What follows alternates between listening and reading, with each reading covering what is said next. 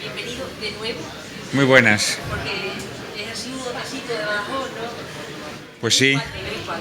sí, hombre, sí. He estado en el jurado del Premio Novela durante muchos años y he estado en esta feria ya al menos un par de veces antes o tres, sí. Hoy viene a presentar su última novela, de la Sin Luz, bueno, y hablan de ella como una obra maestra, una obra muy ambiciosa. Es una obra muy ambiciosa, sí. Esta es la primera entrega de una novela, Mil ojos esconde la noche, una novela de 1600 páginas. Ahora se edita las 800 primeras. Es una novela en la que rescato al narrador de mi primera novela, una novela que escribí siendo un muchacho de 25 años, Las máscaras del héroe, y 27 años después publico esta novela que es una especie de continuación de aquella otra.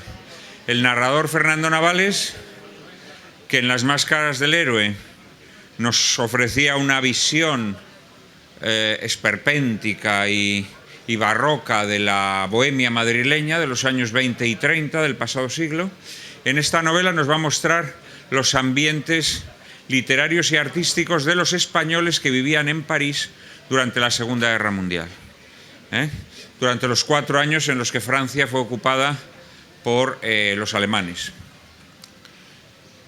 Y bueno, pues Fernando Navales, que es un falangista que trabaja en la delegación de Falange en París, recibe la encomienda de captar a estos artistas y escritores para que colaboren en las actividades de Falange. Esta es la premisa de la novela, ¿no? Entonces vamos a ver a nuestro protagonista tratando de embaucar con malas artes casi siempre a escritores como Gregorio Marañón, a pintores como Picasso, y a otros muchos menos conocidos. En la novela aparecen muchísimos personajes. César González Ruano, por ejemplo, que también estaba allí en París. La actriz María Casares, hija del ministro republicano Casares Quiroga. Muchos personajes importantes de la cultura española, otros menos importantes, menores, pero igualmente apetitosos, igualmente me parece atractivos, ¿no? Incluso a veces más atractivos que los grandes personajes. La peculiaridad del París, de la colonia de artistas españoles en París durante aquellos años, es que había gentes de muy variado pelaje. Estaban los que vivían en París desde mucho tiempo atrás. El ejemplo más evidente, pues Picasso, que llevaba ya 30 años viviendo en París, pero había otros artistas, Mateo Hernández, un escultor magnífico, que llevaba también allí casi 30 años viviendo en París. Luego estaban naturalmente los artistas y escritores del exilio. Algunos que se habían marchado de España al poco de estallar la guerra civil, temerosos del rumbo que tomaba la guerra, como Gregorio Marañón, y otros que pasan la frontera con la caída de Cataluña a comienzos del año 39. Ahí hay una desbandada terrible, pasa más de 500.000 de personas a Francia en ese momento, y ahí entre ellos hay muchos artistas. Luego están también los corresponsales de la prensa franquista. Y luego hay aventureros, gentes que viven en Europa por esos años y que les apetece vivir la experiencia de estar en ese París ocupado por los alemanes, ¿no? Por ejemplo, César González Ruano, el gran periodista y escritor. Entonces, digamos que forman una constelación de personas muy variadas, de procedencias muy diversas, a quienes une la nacionalidad, el hecho de ser españoles, pero cada uno de su padre y de su madre, ¿no? Y de muy diversos pelajes. Entonces la novela es un intento de captar todo ese microcosmos interesantísimo en un ambiente muy turbulento, muy tenebroso, como es el París ocupado, y con un tratamiento estético, con un estilo expresionista, esperpéntico, barroco, un poco en la línea de lo que fueron Las máscaras del héroe, mi primera novela, ¿no? Esto es más o menos lo que se puede contar del libro. ¿Qué les llevó a rescatar esa historia? Bueno, yo esta historia, uno de mis libros anteriores, El derecho a soñar, es una biografía de Ana María Martínez Aggi, una escritora catalana que vivió en estos años en París. Yo le dediqué mi tesis doctoral hace apenas un par de años a esta mujer, e investigando su vida tuve que profundizar mucho en la vida de los escritores y de los artistas españoles en París durante estos años. Además, a mí el tema de la Francia ocupada siempre me ha obsesionado. Hay otra novela mía, El séptimo velo, que es una novela que discurre también en Francia durante la Segunda Guerra Mundial. Es un tema que me parece apasionante, ¿no? Me parece apasionante el hundimiento de Francia, su rendición indecorosa, la facilidad con la que los franceses asimilaron el convertirse en un pueblo esclavizado, dominado, ¿no? El antisemitismo francés, que es una cosa de la que nunca se habla, pero que fue incluso más feroz que el alemán. Bueno, digamos que es una época de nuestra historia contemporánea muy oscura, muy sórdida, pero que creo que nos está hablando de muchas cosas que están pasando en Occidente de forma anticipada, ¿no? Uno de los episodios más repugnantes de estos años, por ejemplo, es el trato que los franceses dispensaron a los exiliados españoles, ¿eh? Hay exiliados que conocieron los campos de concentración franceses cuando llegan a Francia en el año 39 y luego posteriormente los campos de concentración alemanes. Y dicen que en los campos de concentración alemanes los trataban mucho mejor. Es decir, fueron tratados de manera inmisericordia, como perros realmente, ¿no? Entonces, me parece un microcosmos muy interesante, ¿no? Ahondar en qué es lo que pasó en esos años en Francia como metáfora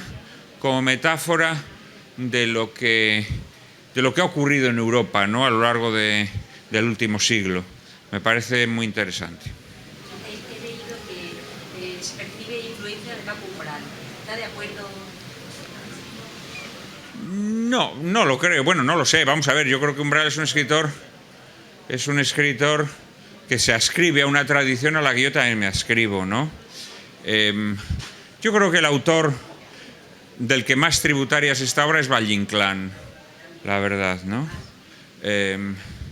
Pero sí, indudablemente, escritores como Camilo José Cela, como Umbral, son escritores que están presentes en esa tradición, ¿no? La novela hace una apuesta por una tradición barroca en la que estos escritores pues, se ascriben también, ¿no? Digámoslo así. Y la que el protagonista tiene una mente perversa, ¿no? ¿Quién? El protagonista de la novela.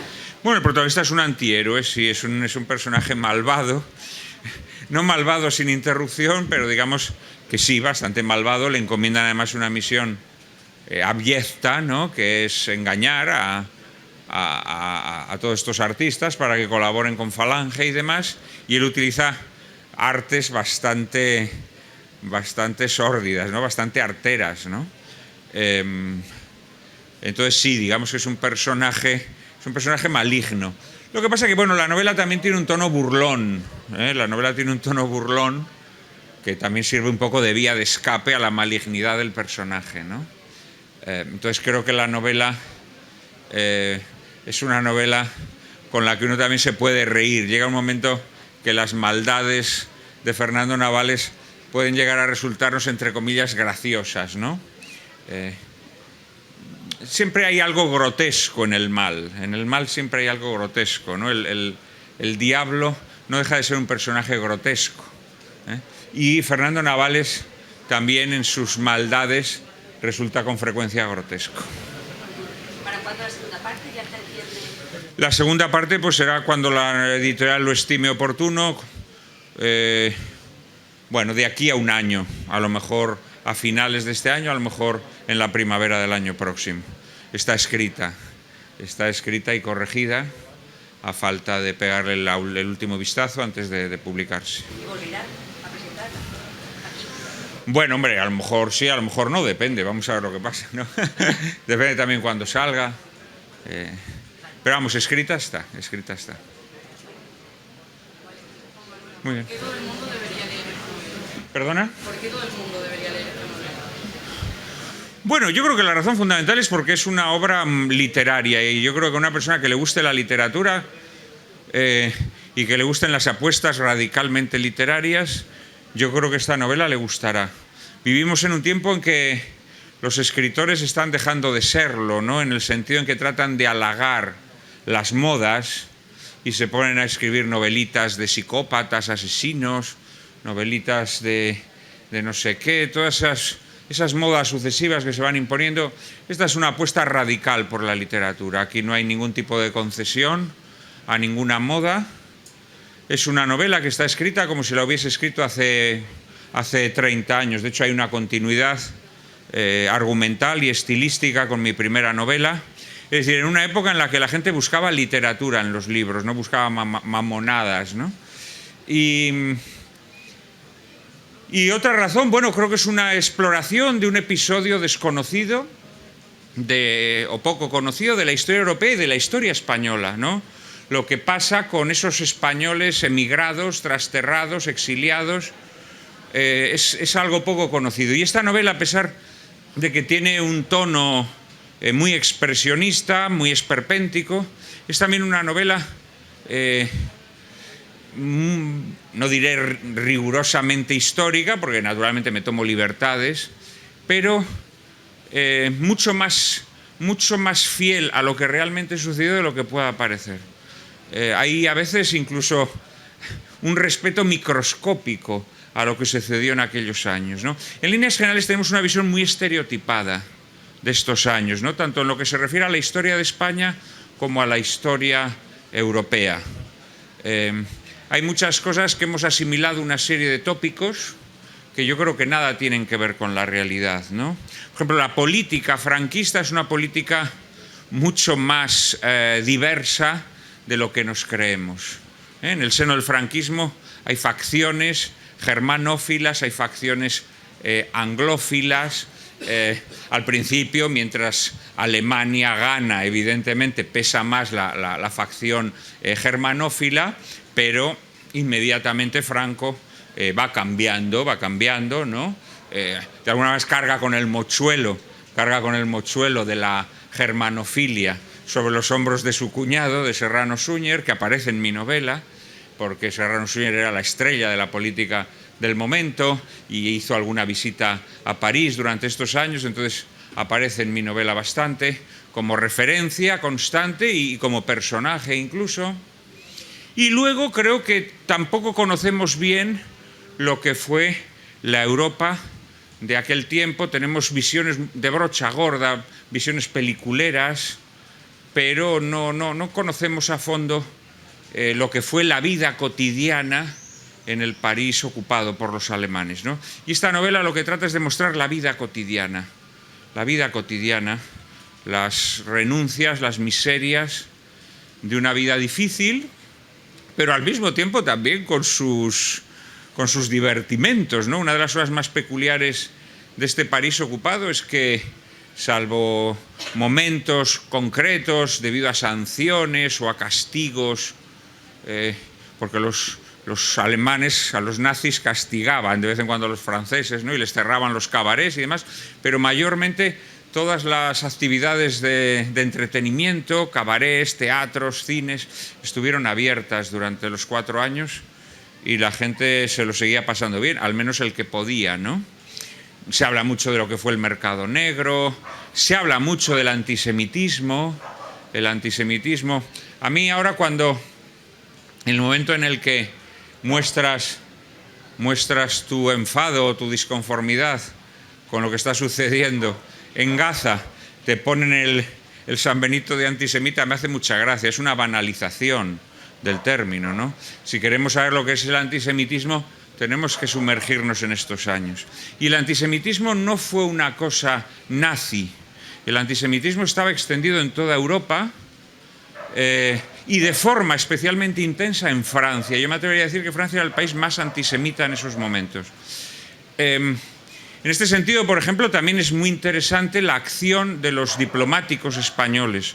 Los diplomáticos españoles, en líneas generales, fueron bastante reacios a aplicar las medidas que les exigían tanto las autoridades francesas como las alemanas. Ambas tenían unas legislaciones terriblemente antisemitas, ¿no? Y, por ejemplo, el cónsul de España en París, Bernardo Roland, fue un hombre que salvó a muchos judíos burlando las leyes francesas y alemanas e incluso a veces forzando las leyes españolas. Hubo muchas personas en el régimen franquista que actuaron con extraordinaria nobleza. Es muy famoso Saint-Brice en Hungría, pero, por ejemplo, en Francia el cónsul Roland salvó a muchos judíos de la muerte o del envío a los campos de trabajo, ¿no? Muchísimas gracias.